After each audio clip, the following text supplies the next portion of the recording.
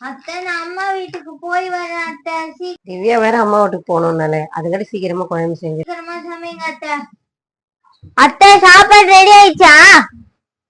எப்ப பார்த்தாலும் சோறு சோறு சோறுன்னு. இல்லம்மா அர்ச்சு இப்பதாம்மா ரெடி பண்ணின்னு இருக்கேன். சின்ன மருமக ஊருக்கு கிளம்பினோடனே காலில இருந்து வீழ்ந்துச்சு. சமையல் கட்டோ கதின்னு இருக்குது பொம்பளை.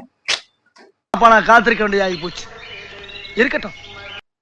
திவ்யா சீக்கிரம் சாம்பார் ரெடி ஆயிடுச்சு, சாப்பிட்டு போமா. இதோ வர அத்தை, இதோ வந்துட்டேன். சாப்பிட்டு கிளம்ப வேண்டியதான், டைம் ஆயிடுச்சு. அவங்கள எதுக்கு சீக்கிரம் சாப்பிட சொல்றீங்க? ஃபர்ஸ்ட் நாங்க தான் சாப்பிடணும். இந்த வீட்டுல அவங்களோட அதிகமா நாங்க தான் சம்பாதிக்கிறோமே.